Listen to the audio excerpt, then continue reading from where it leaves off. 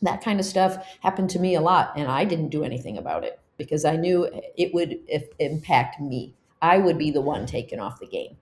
I would be the one who wouldn't get another assignment. I would be the one as a female that said I was too sensitive.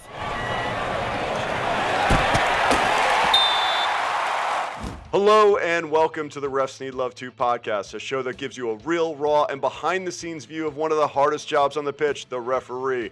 I'm your host, David Gerson, a grassroots referee and certified mentor with over 11 years of experience and over 1,400 matches under my belt. You can find me at refsneedlove2.com, on Instagram, on TikTok, and now on YouTube. And today, we have a special emergency episode. You know, we don't normally have guests on more than one time. It's special just to be one time, but we have got a very special guest for a second appearance on the Refs Need Love 2 podcast, none other than the boss, Kari Seitz. Now, if you don't know Kari and you're in the United States, like where you've been living, I mean, first off, Kari is the most widely regarded She's widely regarded as the most decorated referee in the history of U.S. soccer with a career spanning over 40 years. Yes, she began her grassroots journey in 1985 in Michigan, and she rose to the absolute pinnacle of the sport, becoming the only referee, male or female, at the time to officiate in 4 FIFA Women's World Cups, 99, 2003, 2007, 2011, and 3 Olympic Games. Domestically, she was a trailblazer in professional soccer, officiating in the MLS and multiple women's professional leagues. My gosh, and after retiring, you think she's done? No. After retiring from on-field duties in 2013, she then transitioned to global leadership roles to advocate for the next generation of officials. She served as the head of women's refereeing for FIFA from 2016 to 2024, where she led the development of female officials worldwide and oversaw refereeing for 15 World Championships events.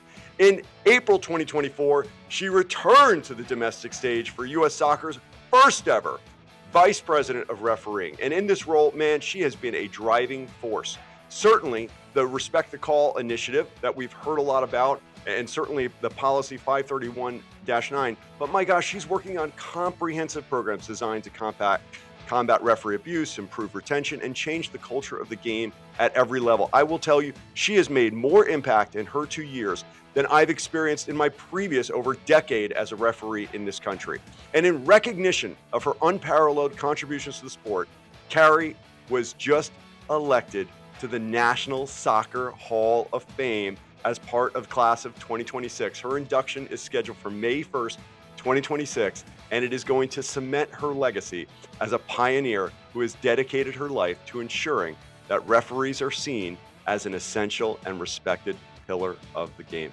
Kari Seitz, welcome to the podcast. Wow, do we have any time left? I mean, I got tears. I'm like tears. I'm so emotional. I mean, this is so cool to have you back here, Kari. Kari, listen, you've been busy. You have been busy. I mean, so a year ago, we were sitting together, I mean, probably around the same time, talking about the brand new, updated, I should say, referee abuse policy 531-9, which I think is transformational. I mean, we have more people talking about referee abuse and the culture surrounding referees now than I think we ever have before in this country in a positive way. Can you talk about what it's been like this last year since we've implemented that policy? Yeah, I certainly can, but I think I have to start by also thanking you, David.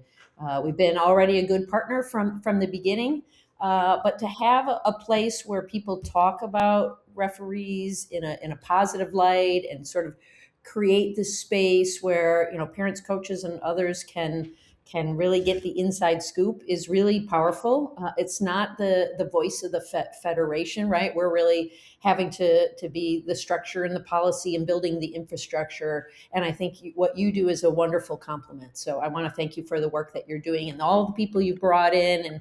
And really, one of the things that I want U.S. Soccer to stand for in the refereeing department is creating this community and sense of belonging and inclusion. And it is an amazing community to be a part of. Refereeing is something special. It's not for everyone, although I think more people, if they tried it, could appreciate the game. And we need to work towards making, in the old days, people thought of themselves in mentor or coaching roles as gatekeepers. But really, we want people to be gate openers. And it's just a wonderful part of the community. And we're going to continue to celebrate refereeing. So thank you for all you do. And it really is important. I can't underline it enough. It has to be complimentary because this has to be a special place, and we need, as you said, and it's my belief, we are essential to the game. So back to your question, because I do think it's important to make those statements. 531-9, transformative because we, took something that really had no teeth, really had no definition, and made it substantial, right? But it's really, policy is a step. It's the under foundation from which we build.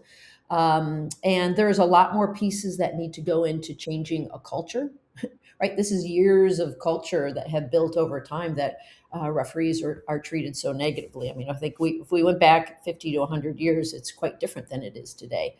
Social media has its power and benefit, but it can also be used the wrong way, that every single thing is a controversy and everybody feels that they haven't gotten a fair shake. And I mean, the abuses that are happening at the lower levels of the game, we are taking away from the match itself, right? Even if we pause and we think of the referee in a way that coaches or spectators like we're not human, it takes away from the environment from these kids. And of course, nobody should ever be abused, period. I don't care what their job is. But there's been a lot of work. Most recently, there is a really significant effort to bring together a place where this abuse can be reported in one central repository. And that sounds like it would be really easy. From the technology, very simple, right? I just take in a report. I mean, there's reports systems all over. But who does it get directed to? What information can people see? How does it affect adjudication? How do we make it so that people aren't re-traumatized when they have to go through, especially young people? So that it's actually peeling back an onion, really, and sort of discovering all these layers. I wish everything could go much faster, but we really need each league and club and organization to get on board with the way that we do this so that it's adopted immediately when it's rolled out. So we're in a testing phase for that tool. We're also getting some feedback. No policy is perfect, right? There's always loopholes. I mean, our laws have been in place in the United States for years, and they're constantly adjusting. And there are things that we didn't think about when it was put in place. For example, if you have a 9-year-old kid push a 15-year-old referee, should the punishment be the same as it is for an adult to a youth referee? Is minor on minor the same? Should we be thinking about the age of that player in their ability to understand their own emotional, just like we are thinking about the referee? That's a question we hadn't thought of. Should a player who's 9-year-olds who pushes a referee, if you do 15 games, they may never come back to the sport. They've moved on. What are some of the options that should be done there? So, when you put your best foot forward and then you start to see the impact, it's not about taking back punishment, but trying to find the punishment that helps change that behavior, but keeps people in the game. And that's like a really good example of something that has come up a few times. And what is the right punishment?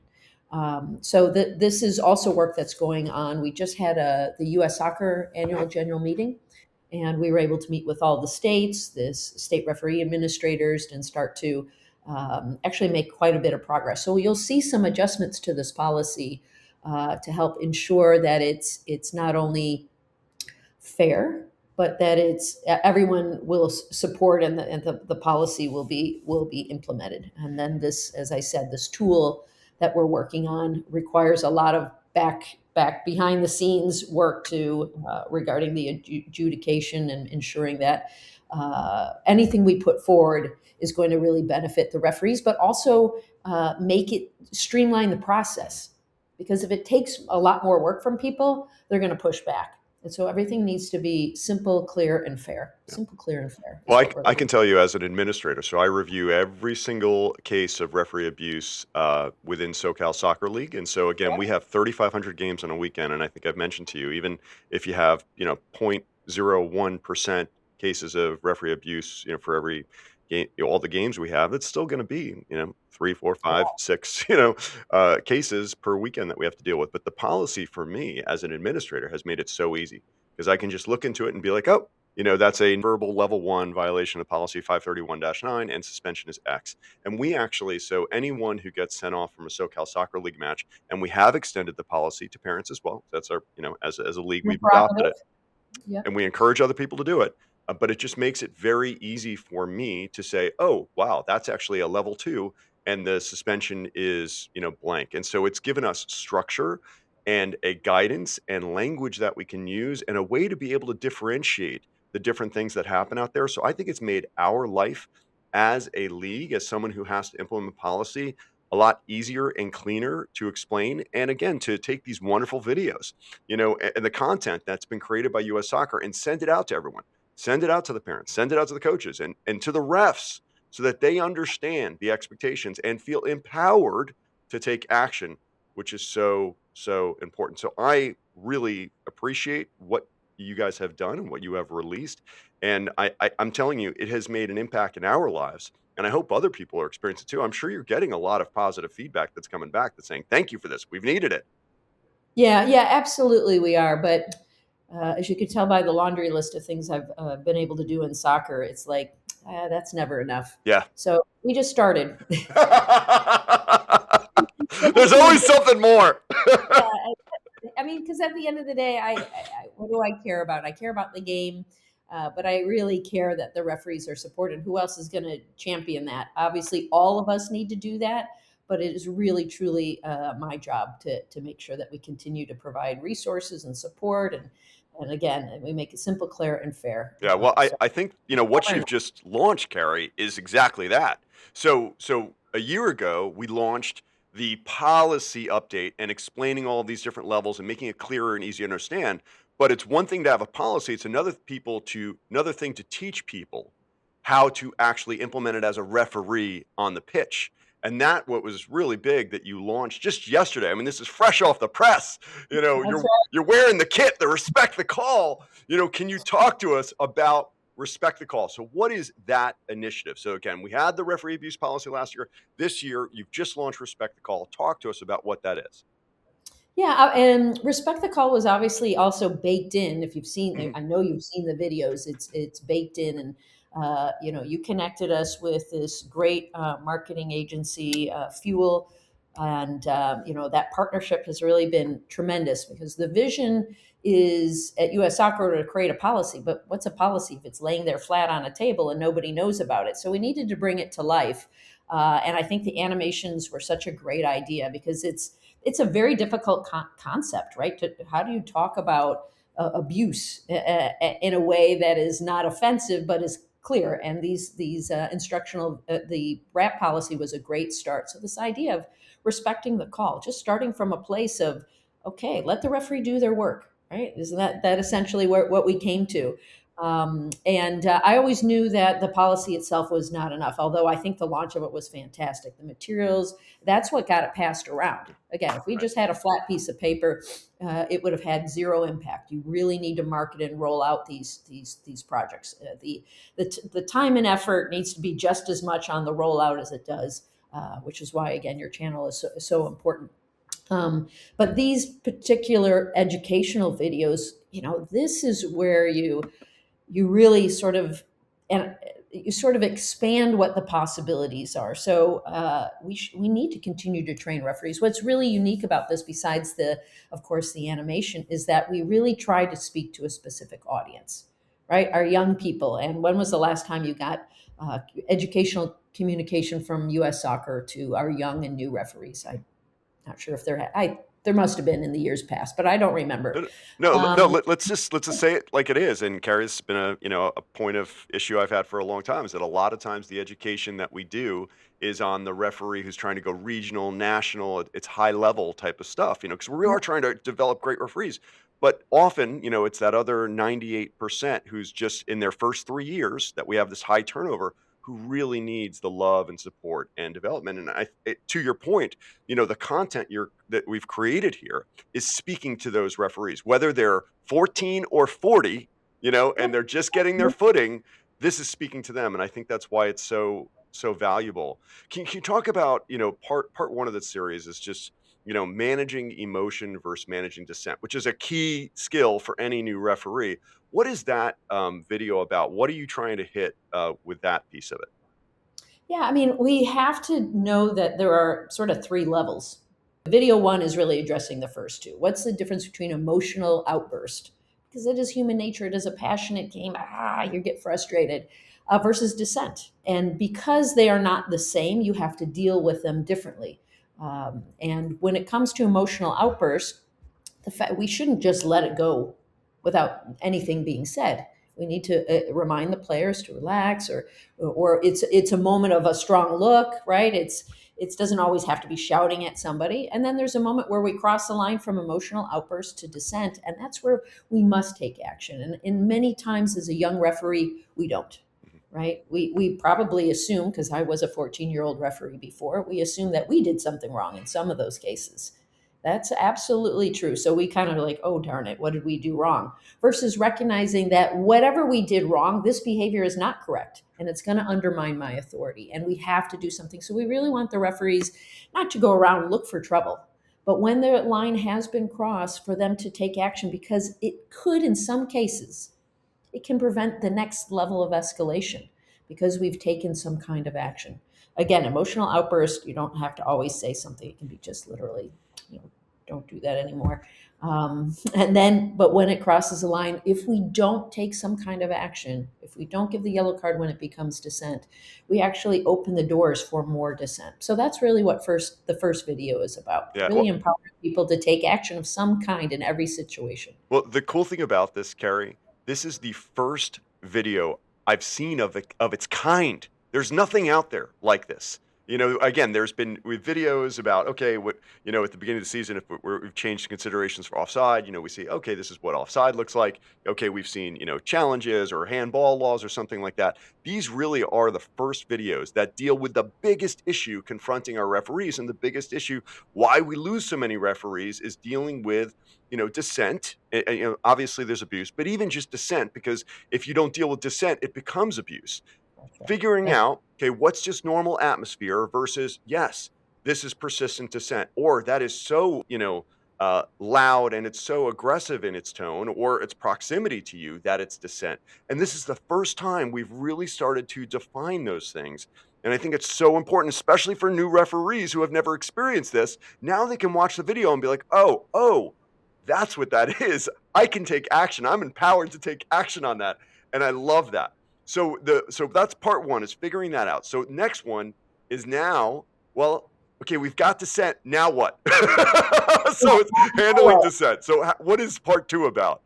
Yeah, it's really about stepping in with confidence. I think that's actually the language we use on the video. Like, first of all, that you're using the word right, empower. We need to empower people to take action, and that's the close of each of these videos. And what does that mean? You got to come kind of prepared to the game. You got to help yourself in a way, right? So I think it even talks about knowing the laws of the game, looking good, feeling the part. And when you decide I'm going to do something, even if deep down inside you're like, oh shoot, I'm not sure if I'm right.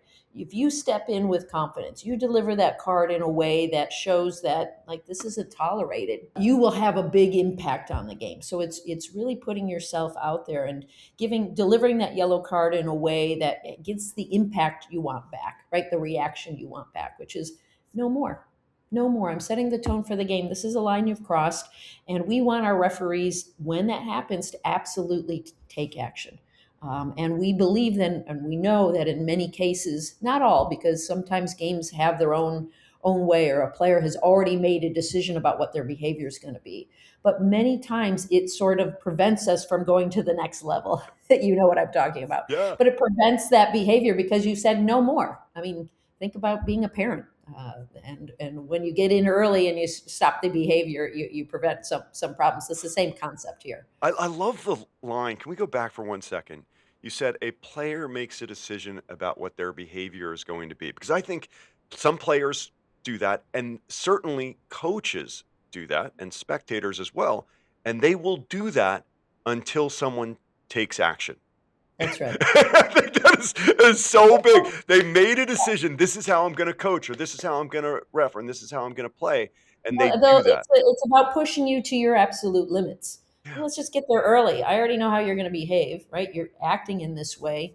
Let's just nip it in the bud right now. Yeah. I mean, it's And amazing. but it's about drawing the line, and we do talk about managing. Yeah. It's not always throwing a yellow card. I want to be really clear Yeah. there. It's not always, but when it's dissent, it is a yellow card. Yeah. I mean, I've had games where I've had coaches, first call, there's a moan and groan. Second call, there's a moan and groan. And, and it's like, it's not too loud, but then the third call, there's another sound. And I stop. I'm like, Coach, we are not doing this today. This is not happening. You're getting That's close. exactly what we're And, talking about, and David. yeah, and then they stop. They're done because they've heard that this referee is not going to take it. But there are so many people out there who just push, push, push, and they see what they're going to get away with. So I love that you said that they make a decision with their behavior, but that we have to take action. Like again, you talk about the atmosphere or the emotional outburst. Okay, that's the sounds of the game. That's atmosphere. It's expected. But dissent is something else. And I love that, we're laying out, okay, this is what dissent is. Okay, take action. You're empowered to take action. I will say one other thing that's so interesting in this video, Kari, I believe you also show people how to show a card because that's really not usually trained. Can you talk about why that's important too? It's not just deciding to show a card, but how to show it. Thank you for that question. As I said, I think everything you do on your face and your voice and your body communicates something. And if we communicate the yellow card more than just handing it out, like in somebody's face, we actually communicate that we're drawing a line. And so we talk about the distance. We talk about putting your arm above your head and really making eye contact because the yellow card is a signal, but your whole body and the way that you operate is a signal. That, you know what? And again, you might feel not the confidence inside, but bring it to the outside, and you will have a greater impact with your yellow card. So that's part of the reason we want to do that. It's giving, especially new and young referees, the confidence and practice in the mirror. Yeah. I don't know that we say that in the video, but I do recommend that. I used to love to practice my signals in the mirror and, practice the face. And, these are all little tricks that help you feel prepared when you get in the game so that when you give that card, when you have to make that tough decision, you feel good about yourself. Yeah, I would also say find a referee you admire and watch them too. I mean, I tell you, the first time I went to see Tori Penso live at a match, I had tickets front row. My family got me for my birthday last year, and Tori was in town with Atlanta United. And just watching, how smooth she was in the delivery and her signals, and then her use of body language, her facial expressions, the way she managed the players, so transformative for me personally as a referee. And I've actually adopted some of my style to emulate her, because I feel a kinship to how she manages a match. And everyone's different, and everyone's style is different, but find someone you admire, watch them closely, and then see how they deliver a card or they deliver their signals and they do their game management. It's really powerful. So we talked about in that video again, showing the card, how to show the card, drawing that line. The last one is responding to abusive behavior. And Kari, I'm just going to tell you a real short story real quick. So I had a report of abusive language that was said to a female referee this weekend. And I don't believe and I know for a fact the female referee did not show a red card and write a supplemental report. And it was specifically, the coach was yelling out, you're screwing the game, and then said, this is why, women shouldn't ref out loud. And supposedly this was heard from the opposing sideline. So this was said loud enough, she should have heard. Now, she's supposed to be a great ref and wonderful ref. And that was also in the comments as well. But we still have an issue where people are hearing abusive language and they're not taking action. Can you talk about why it's so important to respond to abusive behavior?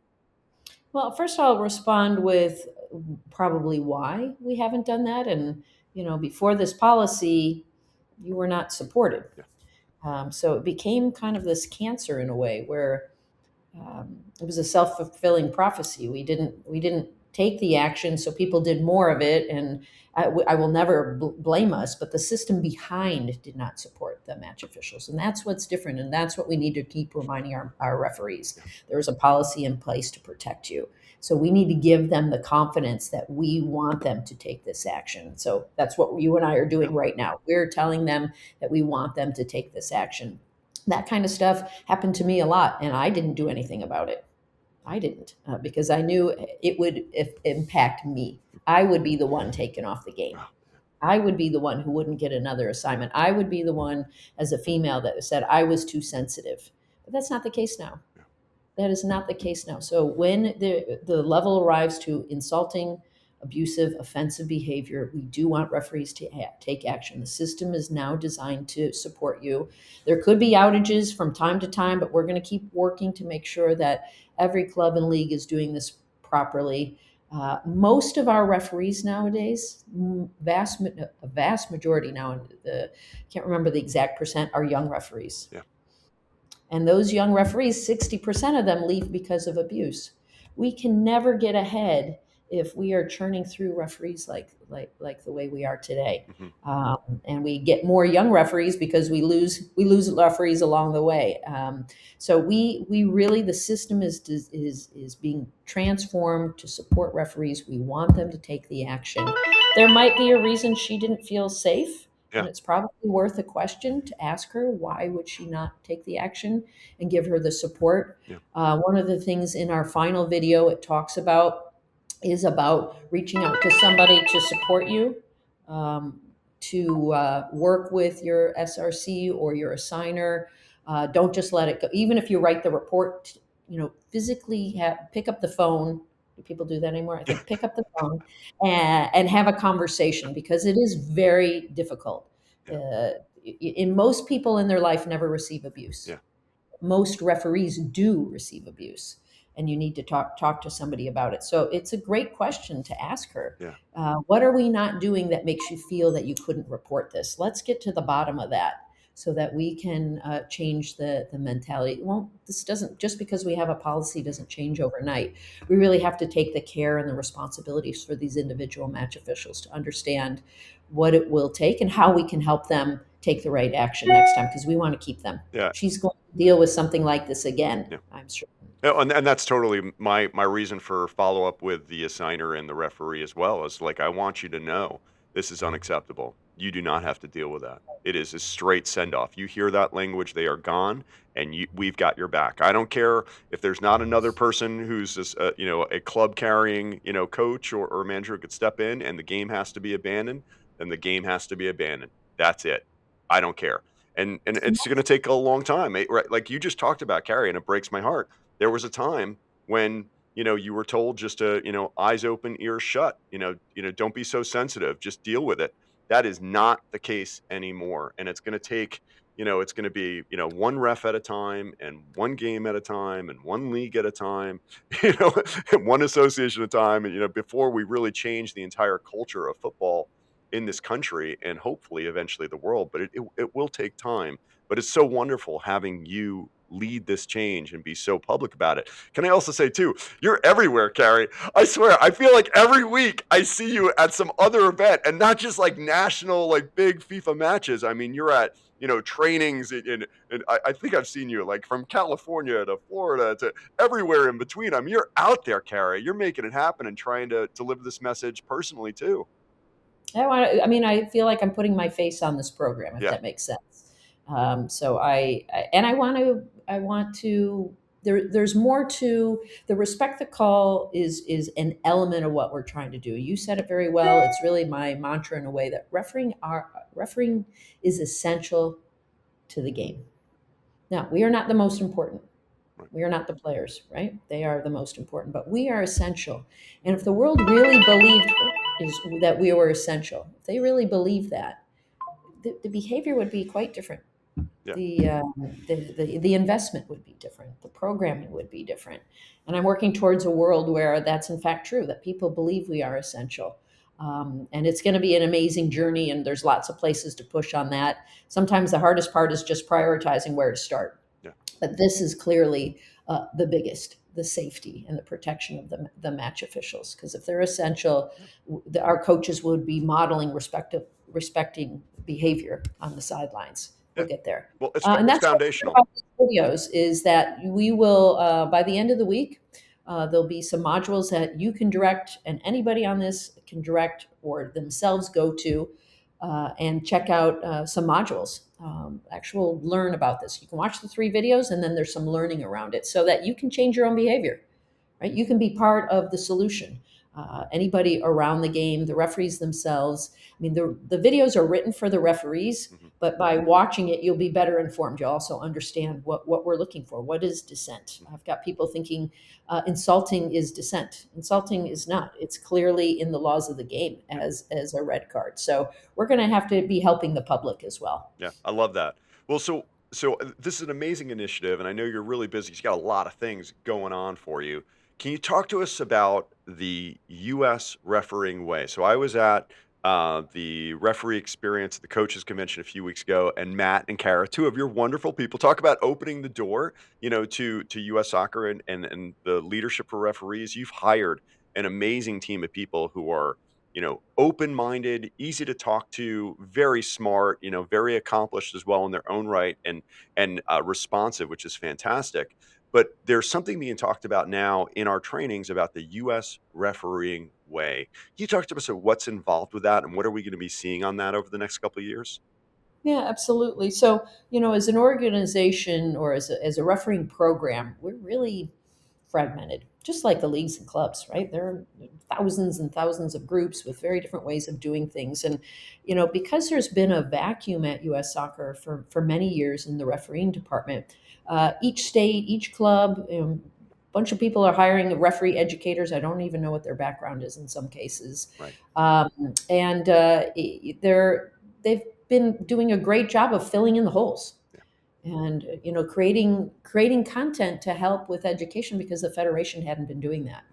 And what that means, though, is that we've really there's a lot of resources. Some of them are conflicting, some of them are aligned. But imagine a handball presentation. We have at least 55 different states with 55 different approaches.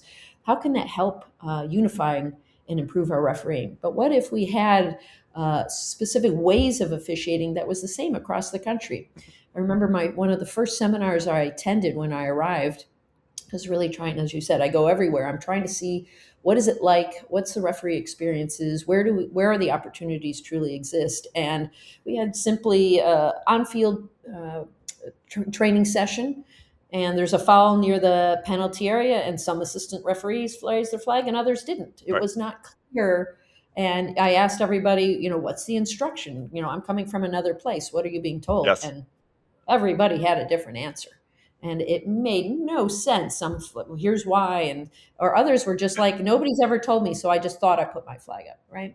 And I thought to myself, well, that's the simplest one. Let's go with like, what is the job of the assistant referee, and let's create something, the U.S. refereeing way, where this is the expectation nationally on all of these individual details. So, for example, one of the things that will roll out later this year is about assistant referee positioning.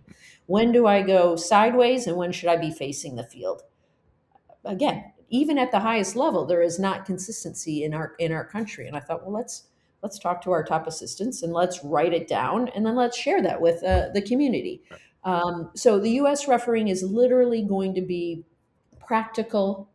It's going to be the kinds of consistent and unified across the country. So U.S. refereeing way, and that'll be distributed both at the high level and also at the, I don't like to say grassroots, but at the everyday on the Yep. field referee, Yeah. right? That also needs that same education. And frankly, if we started earlier, it's going to have an impact all the way up the chain. So you shouldn't be asking me as a national referee, when do I go sideways and when do I face the field? Come on, you should already know that. But we don't have a consistent way of teaching Right. it. So that is going to be, and then so that's what U.S. refereeing way is, but that's always done with the idea of gate opening, belonging, inclusion. So there's a philosophy behind being part of the U.S. refereeing way that which shouldn't be different in Montana than Texas than Idaho. Yeah. So we want to bring those things together, and it ultimately, David, it also saves money. Yeah. Oh, big time. Right, saves Big time. money. So I don't have to get another coach to write up a presentation on this and have their own point of view. It takes a lot of time and resources to do that. But what if we had a portfolio of stuff that you can use? So we're going to be moving from just a organization that licenses you, right? We Mhm. just get your license and you go, but Yep. to an ongoing education model with a process that's specific for our country and consistent. That's what the U.S. refereeing way Well, is. I mean, I think if you just look at this initiative on the Respect the Call, if we ask the 56 SRCs to come up with training on this, there's no way they would have come up with these absolutely engaging, beautiful animations.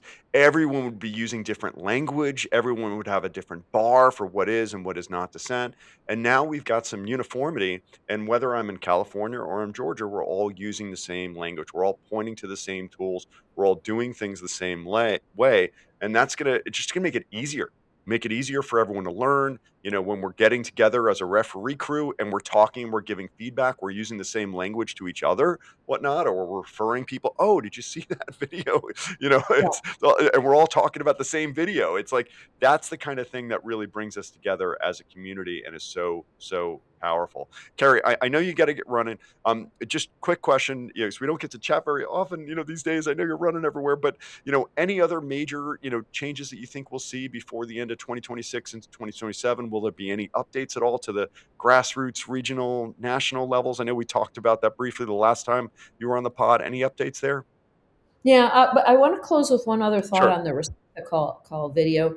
I want you to and your audience to know that that was created not in a vacuum with just a couple elite referees and working with yourself and Fuel. We actually also workshopped it. So we took it to young referees in Georgia, New Hampshire, Massachusetts, and actually that was the magic that I think really helped these videos land. We'll find out what the impact is, but we don't want to build things just ourselves, right? And then it actually, this is also an important part of it. While I have experience working at FIFA, I've been working with elite referees for a long time. We need to balance that with people on the ground and getting that input. So this is also part of the U.S. refereeing way. That when I say inclusive and helping to really create the materials, this is not just coming from high and down on into the group, right? Which was maybe how things were done before. So I just want to emphasize that. No. There's no one in this country at this point in time, I think, would say that you and the referee leadership that we have now at U.S. Soccer is only focused on the elite national or regional referees. I think that the content, the programming, even the packaging of the content is you've created something that's really easy to consume, easy to watch. It's quick, it's fast, it's informative, it's engaging, it's easy to share, which is really important too, because we want to bring everyone in the community together.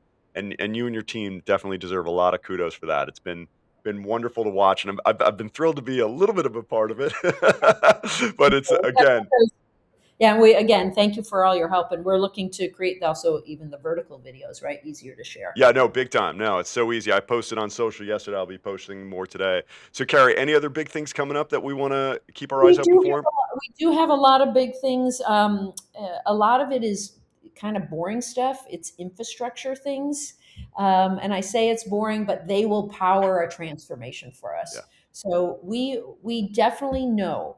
I can tell you clearly. We know that we need to have a more let's say layered pathway for referees. Yeah. We know that is absolutely true, David, but how do we do it in a way that's sustainable?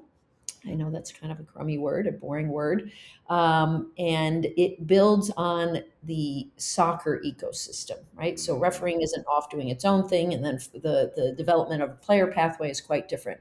So there's a couple things that we're doing to support where we're going to. I could easily just take that 98%, cut it in half, and now have two levels. But what is the correct way to do that? So one is there is some work being done at U.S. Soccer with the member organizations, and I'm sure as somebody has connected to the soccer ecosystem, you're aware of this. There's some work between these organizations to try to streamline the pathway for players, and that work should be informing our referee pathway.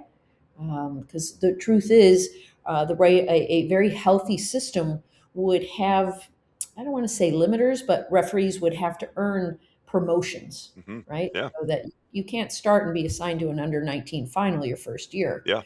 Doesn't make sense. Well, that's also a way that we lose referees. It's not just abuse; it's actually by not having a functional system. Yeah. So one, we're working with that pathway so that refereeing can be informed. The other thing is that we truly need to collect and have something like a referee passport. Let's use that Yeah. concept for. Yes. So I know which games you've done. I know which courses you've taken. Yeah. I know which extracurricular activities you've done to sort of improve yourself as a match official. And games plus that, plus maybe fitness, depending what level you are, actually earned you the promotion. And there's some automation behind that. So we're also building the infrastructure to make that kind of thing possible. So hold tight. We're trying to make this something that would be a long term well-informed change in the pathway. I love it. Okay. No, listen, everything you talked about. Yeah. Yeah, no, Yeah. And we're in progress. I appreciate that. I know it's an important one for me personally and the referees that I work with, and I really appreciate you taking that on. Kari, listen, I need to get you back to continuing to make amazing things happen for U.S. soccer. I really appreciate you taking the time to sit down with me and our community today. I want to encourage everyone out there, ussoccer.com/respect-the-call. Again, you can Google it. You can find it out there. And also, Kari, I mean, you completely redid the referee website for U.S. soccer. Everyone out there, you can go and you can now watch the handball presentation from Essie Bahamas. Out there, you can go watch the cell webinars that were all done by U.S. soccer this past year. So Kari's got all this wonderful information she's put there for us, all these education webinars you can learn to go get aligned with how we're training this at the U.S. soccer level. I encourage everyone to check it out. And again, Kari, thank you so much for coming here today. Thank you so much for everything you're doing for the game. You are just continuing to be a trailblazer and an amazing leader for everyone here in the country, but also I think around the world. Again, my sincere gratitude. Thank you so much for being here. My pleasure. And thanks for your partnership. And, we're all building this world, a better world for our referees. And it's going to take a village. Should I say that? So anything that anyone can contribute, like you said, any individual referee, not only watch the videos, but pass it on to your friends, coaches, spectators. That's how we can create some momentum. So everybody can be a part of this change for the good. Excellent. All right, guys. Hey, I hope everyone enjoyed today's pod. I really, really cannot I beg you all, please, please, please watch the videos and then support your local referee community in implementing the referee abuse policy. It is more than just words on a page. It is actions that are happening every single time we have people out in the field, especially our young referees or even just new referees out there, and specifically our female referees as well, who face just an inordinate amount of abuse and misogyny and chauvinism out there. Take care of them. Okay, if you've got a woman or a young teenager on your crew, please take care of them and show them the way that we need to move forward with support and love and empowerment. Gosh, again, thank you guys so much for being here. And as always, I hope your next match is red card free.